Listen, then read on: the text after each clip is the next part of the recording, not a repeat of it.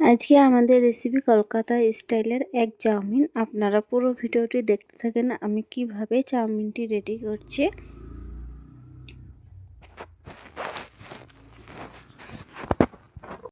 Chowmein বানানোর আগে প্রথমে আমি নুডলসটাকে বয়েল করে নেব।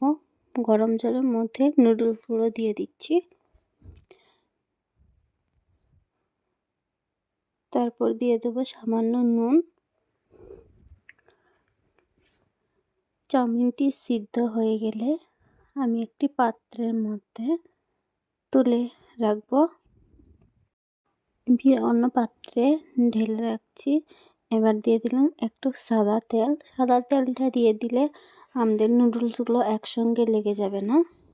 সব শেষে যে একটা মশলা ছড়িয়ে দিই, সেই মশলাটি কিভাবে তৈরি করতে হয় আমি এখানে দেখাচ্ছি। প্রথমে নিয়ে নেব শুকনো 4টে লঙ্কা, একটি কাঠ গোলমরিচ, লবঙ্গ, এলাচ, আর দিয়ে দেবো স্বাদ মতো নুন।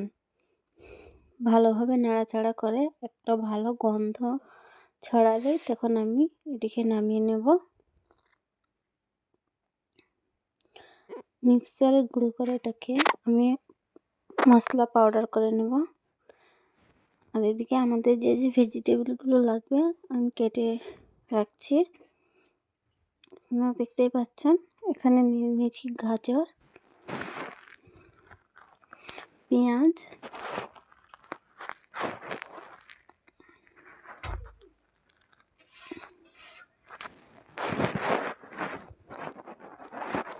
আমি একে একে সব ভেজিটেবলগুলো কেটে নিচ্ছি।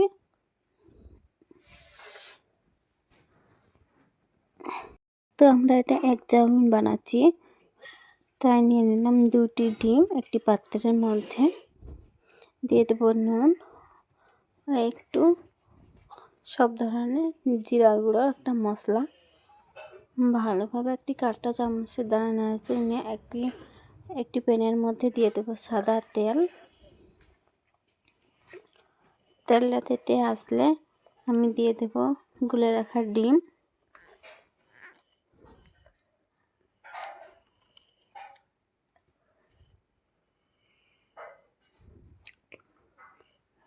ডিমটি হয়ে গেলে আমি এটা নামিয়ে নিয়েছি। এখানে একটি পাত্রের মধ্যে আমি কেটে রাখা পেঁয়াজগুলো ভেজে নিচ্ছি। তারপর দিয়ে দেব গাজর,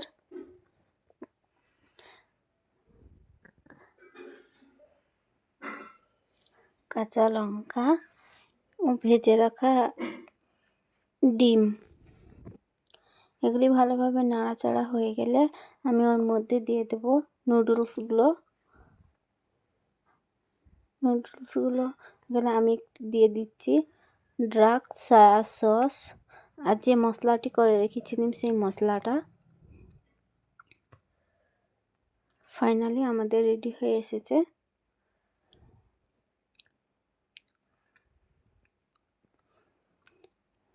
সবশেষে দিয়ে দেব সামান্য চিনি ও স্বাদ মতো নুন।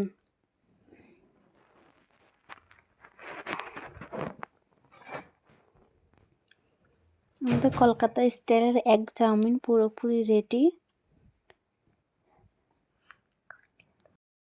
আমার চাউমিনটি রেডি হয়ে গেলে একটি পাত্রের মধ্যে তুলে নিচ্ছি খাবার জন্য।